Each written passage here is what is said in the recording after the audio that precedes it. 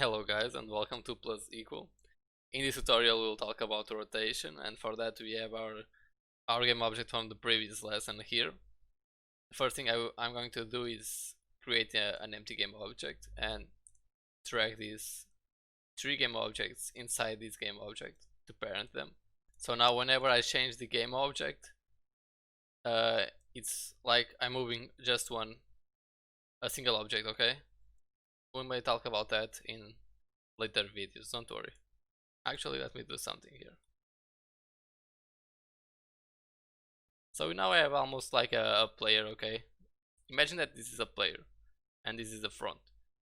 So in order to work with the rotation, the first thing you need to do is get the rotate tool, and you can get that by just clicking here in the rotate tool.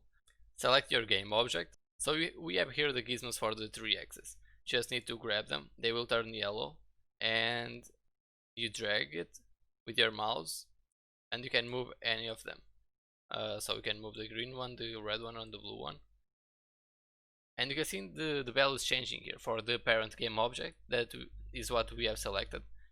If you go here with your mouse and you over the axis, you can just grab it with your mouse and move left and right.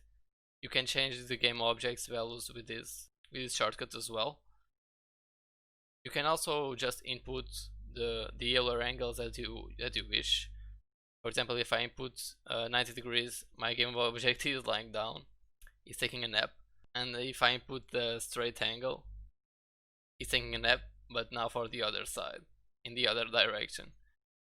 And that's pretty much it. You just need to move around the values and you'll be comfortable with the rotating objects in no time.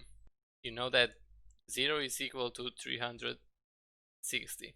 It's a full rotation. So if you get 180 upside down and having less 90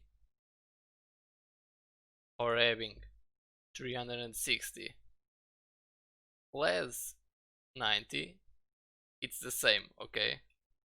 Having this value 270 or having less 90, it's the same position. And that's it for this video. I hope you will give it a try yourself.